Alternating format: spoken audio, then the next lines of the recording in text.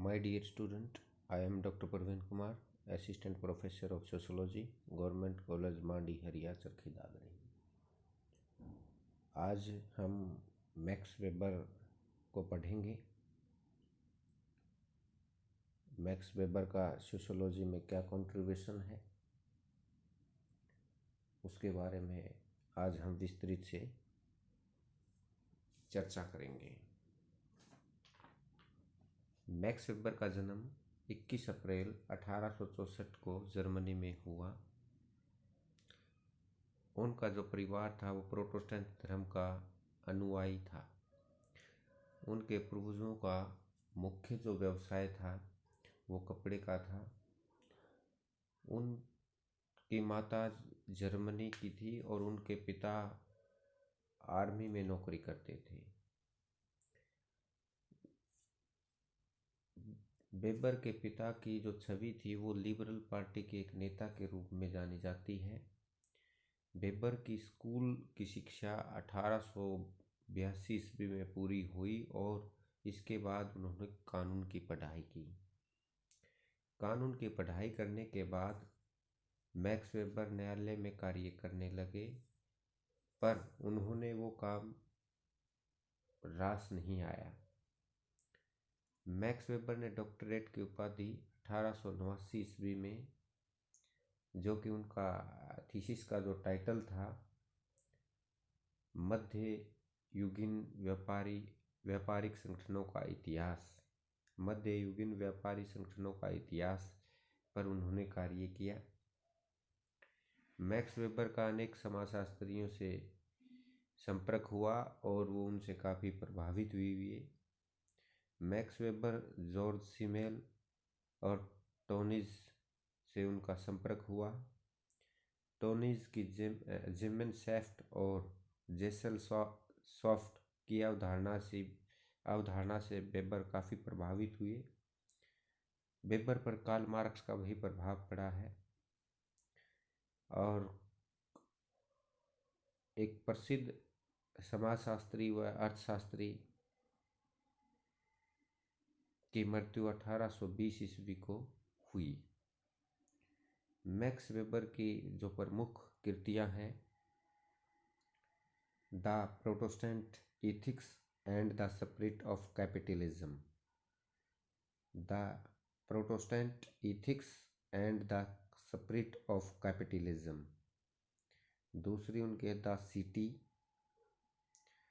तीसरी जो पुस्तक है the theory of social and economic organisation, the theory of social and economic organisation. चौथी उनकी जो पुस्तक थी सोशियोलॉजी ऑफ रिलीजियन।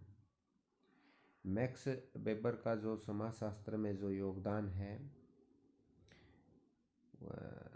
आदर्श प्रारूप की अवधारणा दी मैक्स वेबर ने। नंबर 2 अधिकारी तंत्र या नौकरशाही की अवधारणा दी। नंबर 3 सामाजिक क्रिया। नंबर 4 प्रभुत्व। Number 5 social stratification, power, class and status के बारे में भी विस्तृत व्याख्या की है। और सोशियोलॉजी ऑफ रिलीजियन के बारे में भी मैक्स वेबर ने विस्तृत व्याख्या की है। अब हम मैक्स वेबर के सामाजिक क्रिया के सिद्धांत की विस्तृत चर्चा करेंगे। वेबर कहता है कि समाजशास्त्र सामाजिक क्रिया का अध्ययन करने वाला एक विज्ञान है। वेबर ने यह जो सामाजिक क्रिया की जो अवधारणा है वो अपनी पुस्तक the theory of social and economic organisation में इसकी व्याख्या की है और इसको प्रतिपादित किया है। वेबर ने सामाजिक क्रिया के बारे में बताते हुए कहा है, किसी भी क्रिया को सामाजिक क्रिया तभी कहा जा सकता है जबकि इस क्रिया को करने वाले व्यक्ति या व्यक्तियों द्वारा लगाए गए व्यक्तिनिष्ठ यानी सब्जेक्टिव मीनिंग के कारण यह क्रिया दूसरे व्यक्तियों के व्यवहार द्वारा प्रभावित हो और उसी के अनुसार उसकी गतिविधियां निर्धारित हों। इस परिभाषा से एक बात स्पष्ट है, किसी भी क्रिया के सामाजिक क्रिया कहलाने के लिए यह आवश्यक है कि हम उसमें व्यक्तियों के व्यक्तिगत दृष्टिकोण को समझें, अर्थात व्यक्ति या कर्ता उस व्यवहार का क्या अर्थ लगाता है। सीधी सी बात है, सिंपल सी, कि जो क्रिया करता है वही उसका वास्तविक अर्थ बता सकता है। वेबर के अनुसार कोई भी व्यवहार या गतिविधि अपने आप में कुछ नहीं है, किंतु यदि व्यवहार या क्रिया को करने में कर्ता किसी अर्थ को जोड़ता है तो वो सामाजिक क्रिया बन जाती है। प्रेटो क्रिया में दूसरे व्यक्तियों द्वारा दिए जाने वाले अर्थ को महत्वपूर्ण मानते हैं और वेबर स्वयं कर्ता द्वारा दिए जाने वाले अर्थ को मानते हैं। वेबर ने सामाजिक क्रिया को समझने के लिए उसके निर्वचन यानी इंटरप्रेटिव पर बल दिया। गतिविधि अपने आप में निर्वचन के बिना अर्थहीन है, उसका मतलब इंटरप्रेटिव के बिना सोशल एक्शन मीनिंगफुल नहीं है, उसका कोई अर्थ नहीं है। सामाजिक क्रिया के निर्वचन पर बल देते हैं, इसलिए उन्होंने समाजशास्त्र को निर्वचनात्मक समाजशास्त्र कहा है। अब हम सामाजिक क्रिया की विशेषता के बारे में चर्चा करेंगे। मैक्स वेबर ने सामाजिक क्रिया की 4 विशेषताएं बताई हैं। नंबर 1, सामाजिक क्रिया दूसरे व्यक्तियों के भूतकाल, वर्तमान, भावी व्यवहार द्वारा प्रभावित होती है। यदि कोई व्यक्ति भूतकाल में दी हुई गाली का बदला लेने के लिए उसके साथ मारपीट करता है तो वह सामाजिक क्रिया कहलाएगी। नंबर 2, प्रत्येक प्रकार की क्रिया सामाजिक नहीं होती। जड़ पदार्थों एवं बेजानदार पदार्थों से प्रभावित होकर जो क्रिया की जाती है वो सामाजिक क्रिया नहीं है। उदाहरण के लिए बिजली के कड़कने से मनुष्य का डर जाना या बच्चे का चीखना सामाजिक क्रिया नहीं है, बल्कि यदि कोई पुरोहित द्वारा मंत्रों का उच्चारण करके यजमान द्वारा यज्ञ में आहुति दी जाती है तो वो सामाजिक क्रिया कहलाती है, क्योंकि इसमें यजमान पुरोहित के व्यवहार से प्रभावित होता है। नंबर 3, मनुष्य का प्रत्येक प्रकार का संपर्क भी सामाजिक संपर्क नहीं होता, यानी जहाँ तक कर्ता का व्यवहार दूसरे के व्यवहार से अर्थपूर्ण रूप से संबंधित या प्रभावित हो तो वो सामाजिक क्रिया है। उदाहरण के लिए यदि सड़क पर 2 साइकिल सवार आपस में टकरा जाते हैं और बिना कुछ कहे चले जाते हैं तो वो सामाजिक क्रिया नहीं है। यदि वो दोनों आपस में गाली गलौज करते हैं तो वो सामाजिक क्रिया की श्रेणी में आएगा। नंबर 4, सामाजिक क्रिया न तो अनेक व्यक्तियों द्वारा किए जाने वाली एक सी क्रिया को कहते हैं और न ही उस क्रिया को कहते हैं जो केवल दूसरे व्यक्तियों द्वारा प्रभावित है। उदाहरण से इस बात को हम समझ सकते हैं।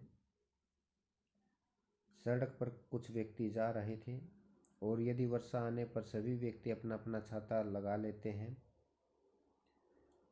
तो इसे हम सामाजिक क्रिया नहीं कहेंगे।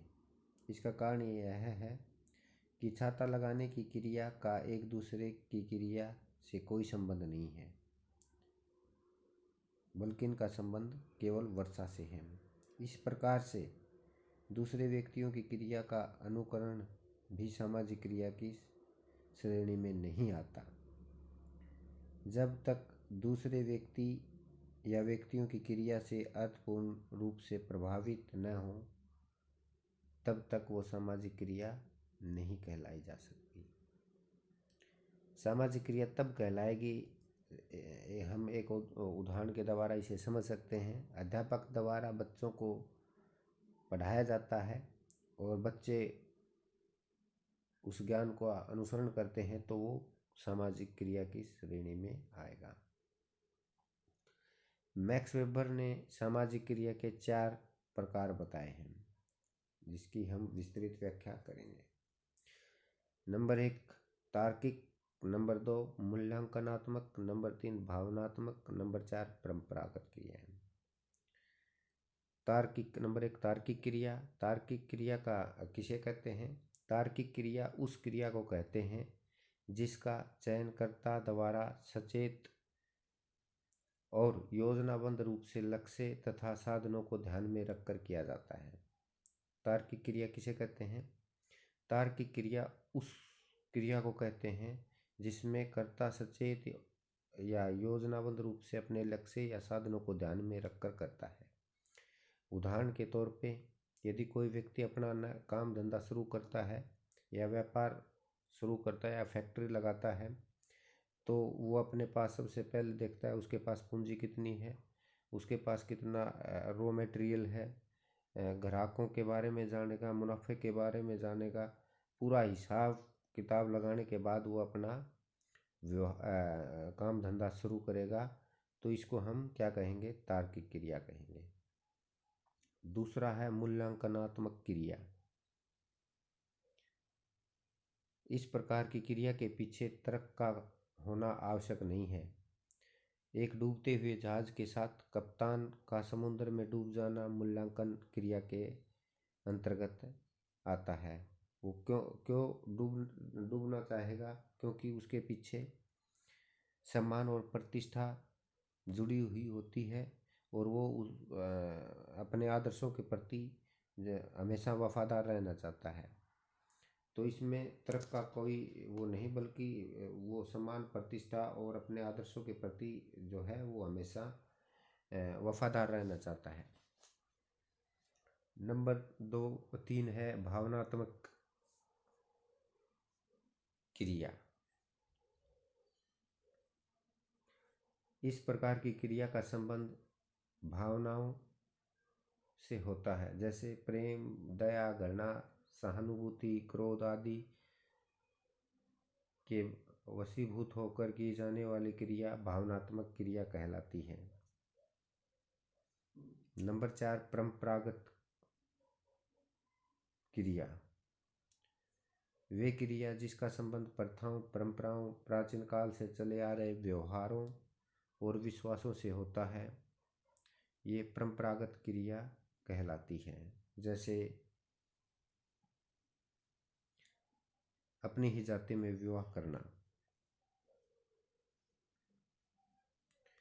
अब हम आते हैं सामाजिक क्रिया को समझने की विधियां क्या क्या हैं, उसके बारे में थोड़ा हम जानेंगे।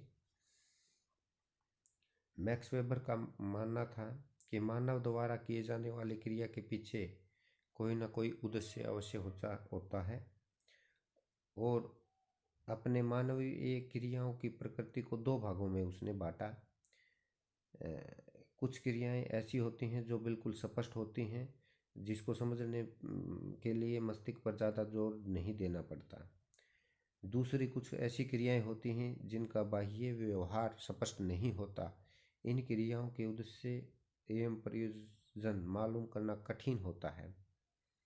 जब तक मानवीय क्रियाओं के अर्थ, उद्देश्य, प्रयोजन को न समझ लिया जाए तब तक सामाजिक स्थिति को समझना बड़ा कठिन कार्य है।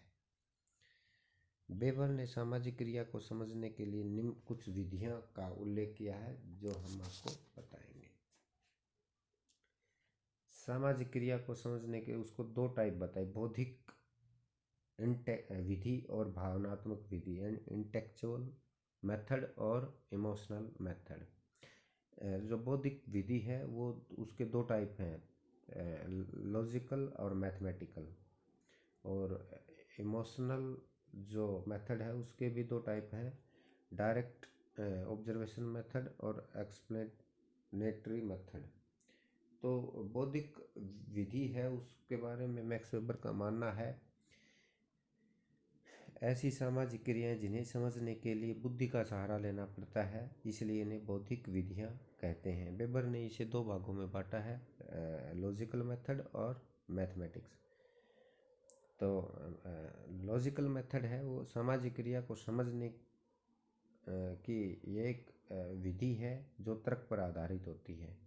कई मानवीय क्रियाएं तर्क और विवेक के द्वारा आसानी से समझी जा सकती हैं। उदाहरण के लिए एक व्यक्ति गणित की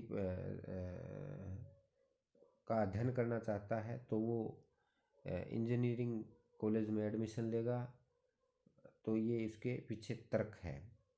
और यदि वो मेडिकल कॉलेज में एडमिशन लेता है तो इसके पीछे कोई तर्क नहीं है, ये नॉन लॉजिकल है। दूसरा मैथमेटिक्स मेथड, गणित गणित की विधियों का इसमें प्रयोग किया जाता है जिन्हें गणित के आधार पर समझा जा सकता है। उदाहरण के लिए 2+2 = 4 होते हैं, यानी 2 + 2 बराबर कितने होते हैं, 4 होते हैं। दो को मिलाकर होने वाली क्रिया को गणित के अतिरिक्त किसी अन्य आधार पर नहीं समझा जा सकता। फिर इसके बाद है वही भावनात्मक विधि। भावनात्मक, मानव एक जो है वो भावनात्मक प्राणी है।